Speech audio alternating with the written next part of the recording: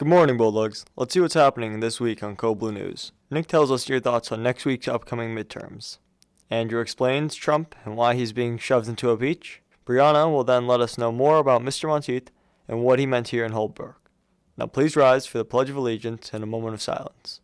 I pledge allegiance to the flag of the United States of America and to the republic for which it stands, one nation, under God, indivisible, with liberty and justice for all. Please remain standing for a moment of silence. Thank you. Hey Bulldogs, I'm Matt Messina. And I'm Niall Horgan. Welcome to Code Blue News.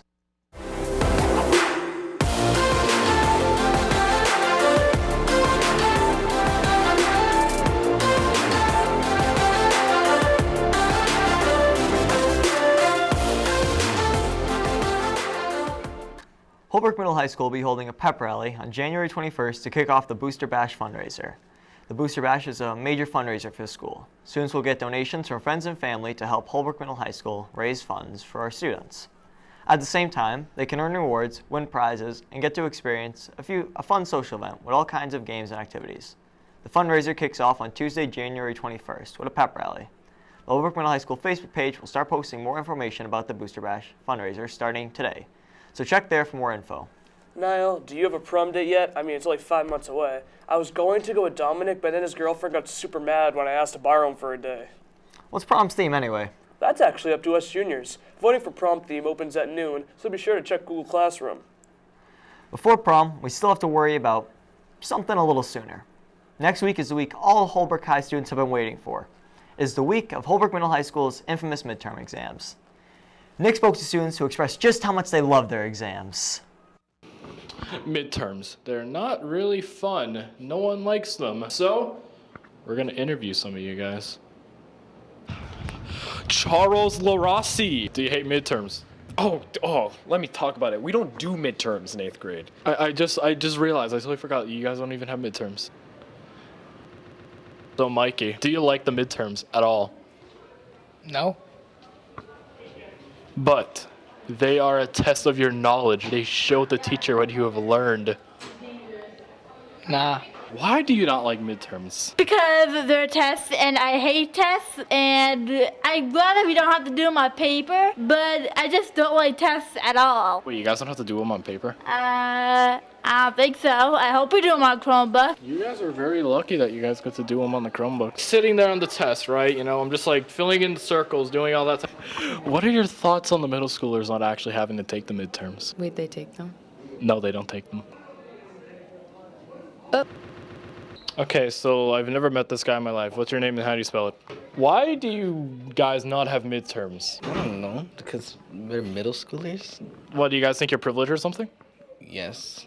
But you're not.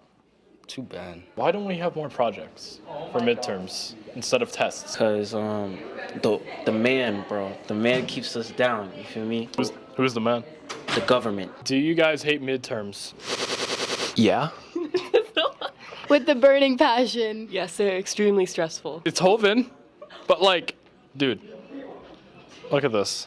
This doesn't make any sense. Why am I so short? Go Holbrook.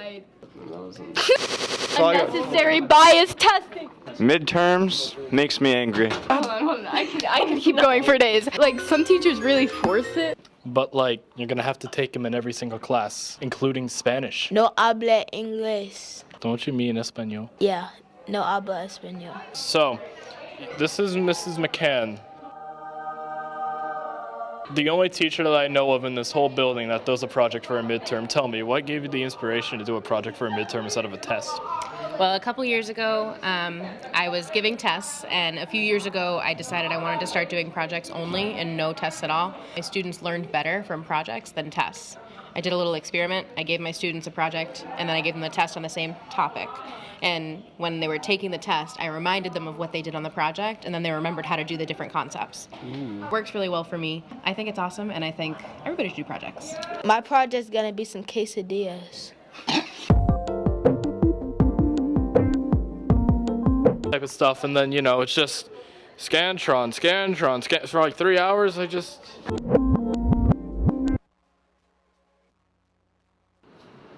Back to you in the studio.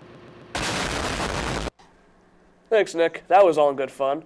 I guess students really do have some strong opinions on midterms. Miss Graham, the National Junior Honor Society, would like to wish 8th grader Kelvin Moonga good luck tomorrow as he travels to Boston for a day of service. Kelvin was selected as this year's Holbrook Project 351 representative. We are proud of you and the work that you're about to do. CBN will follow up with Kelvin about this experience. This year's Culture Fair will be held on February 28th. Students will get a chance to show their family's heritage, beliefs, and lifestyle, and give a look into the life in school and the community.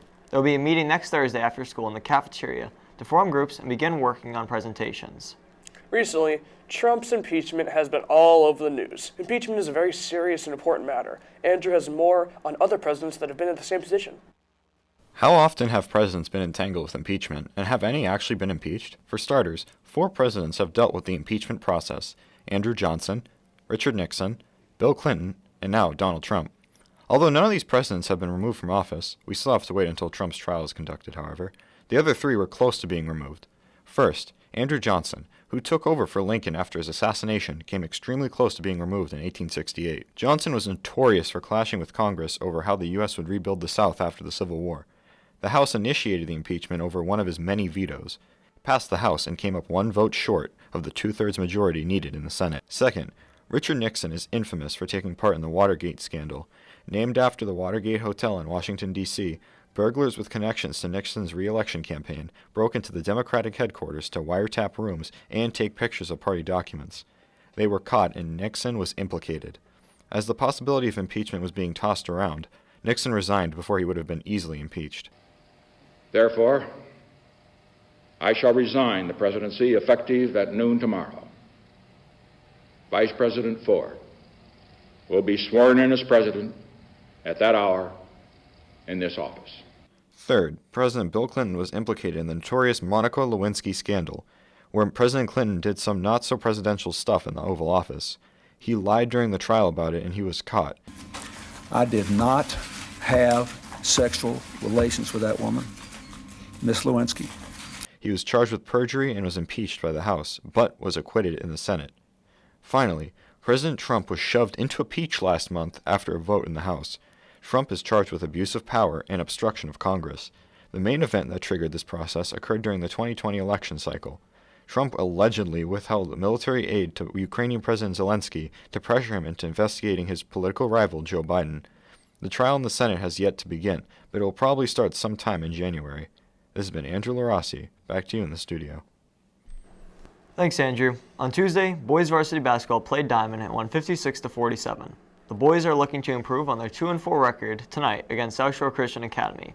Meanwhile, girls varsity basketball played Randolph yesterday and lost 51-23 in a tough game. They're currently 2-3 and looking for their 3rd win tonight as well. Today is the 3rd annual Mr. Monteith Basketball Classic. Admission will be $2 for students and $5 for adults. Raffles and concessions will be available at the games, and proceeds go towards the Mr. Richard Monteith Scholarship Fund. Many students may not understand the importance behind these games. However, Brianna is here to tell us why Mr. Monteith is so revered here at Holbrook Middle High School. Robotics is probably harder than any other club by far and sport. On Monday, February 6, 2017, Holbrook science teacher Mr. Richard Monteith passed peacefully at Brigham and Women's Hospital in Boston after a courageous battle with pancreatic cancer. The following is an excerpt from his obituary published in the Enterprise 3 days after his death. Dick was born and raised in Lynn and was a 1979 graduate of Lynn Classical High School. Dick earned both his bachelor's degree and master's degree from Bridgewater State University. He married Andrea, the love of his life, on September 24, 1989. They raised their 3 children in Bridgewater, where Dick was an active member of the community. He was a skillful jack of all trades and an ingenious engineer. Who was Mr. Monteith to me? Mr. Monteith, when I had retired from Avon, and then I came here after I retired from Avon to teach physics. And Mr. Monteith was actually my department head. Even though I was new here, he'd see me in the halls, or he'd come down and see me, and as I traveled in 3 or 4 different rooms, and he would come see me, make sure everything was okay, and he was always looking out for me because I was a new guy on the block, I guess, in Holbrook. After the JV basketball game today, the STEAM Commons will be officially named after Richard Monteith, right before the 3rd annual Richard Monteith basketball game. This is the first time since opening the new school that something in our school has been named after someone. The first was the John P. Walsh Gymnasium. which was named in the old building. That's how revered this man is in the Holbrook community. Richard Monteith is a name that will continue to be remembered throughout the Holbrook and Bridgewater community for generations to come. Mr. Moore was a chemistry teacher here at Holbrook Middle High School, but he was also a prominent member around the community, and especially after school here at Holbrook Middle High School. He was involved with a bunch of extracurriculars. He was the founder of the robotics program, coached JV soccer and softball, and was always at the school and always willing to help other people. One of the most selfless people I've ever met. He convinced me to join robotics, and I'm forever grateful for that because it's probably my favorite extracurricular here at Holbrook. And it's now I know what I want to pursue after high school because of that. Even when he got diagnosed, he was very upbeat. He was going to beat the cancer. Always had a smile on his face.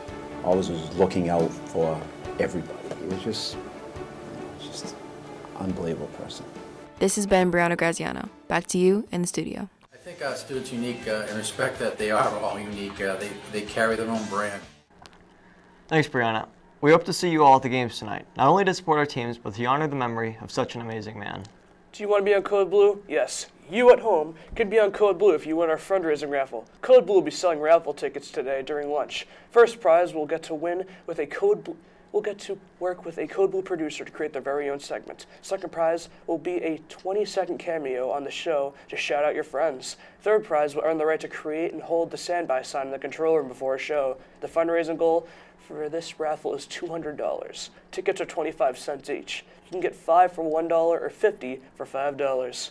Wait, but what if you don't want to see Chad Welltime too? Well, if you don't want to see Chad Will come back, be sure to purchase green tickets. If you do want Chad Will to come back, then buy red tickets. Whichever color has the most tickets will determine whether Jason comes back or not. Well, that wraps up this week. I'm Matthew Messina. And I'm Niall Horgan. Good luck on midterms, everybody.